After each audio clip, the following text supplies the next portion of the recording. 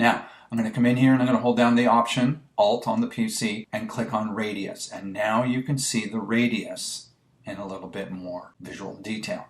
If I increase this up, you can really see the radius going on in here. And now you understand why we want to reduce this. So I'm going to take her down to about maybe 0.7.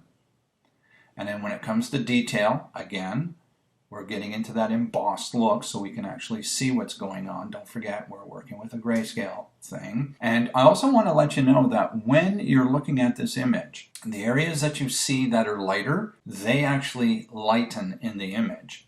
And areas that are darker than a middle gray will darken in the image.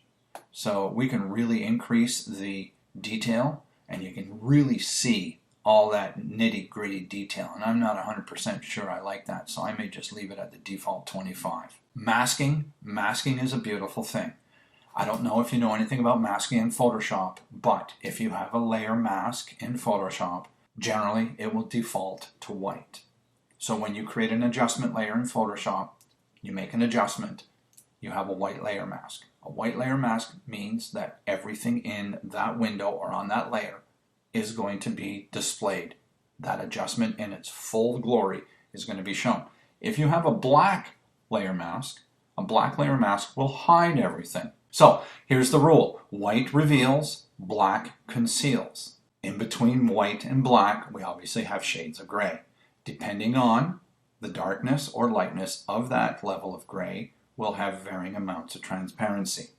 So if I was to hold down the Option key and click on the masking guy here at 0, it's a white layer mask. Everything is being applied. Everything from the amount, the radius, and the detail is showing up in our image. That's quite obvious right here. If I hold this down and start to drag this to the right, we can start to introduce some black and levels of gray.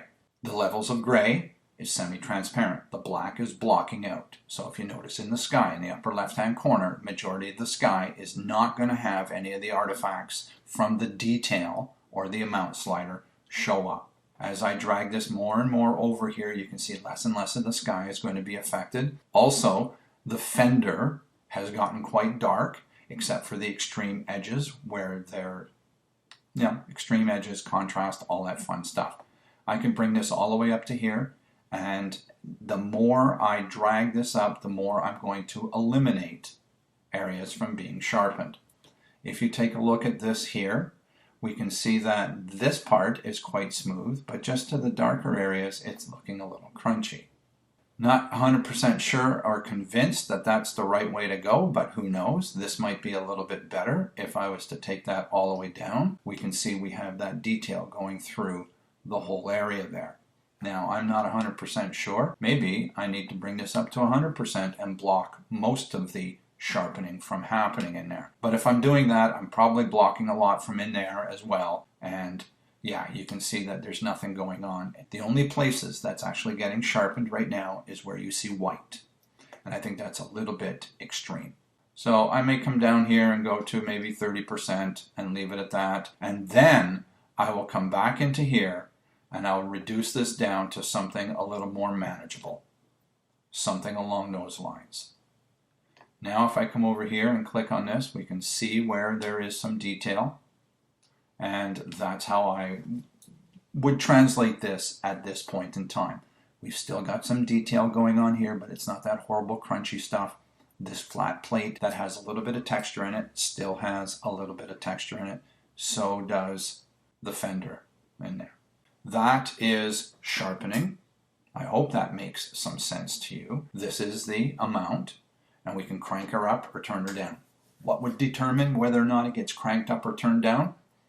The sharpness of the lens you're using, and in combination, the sensor that you are using in your camera.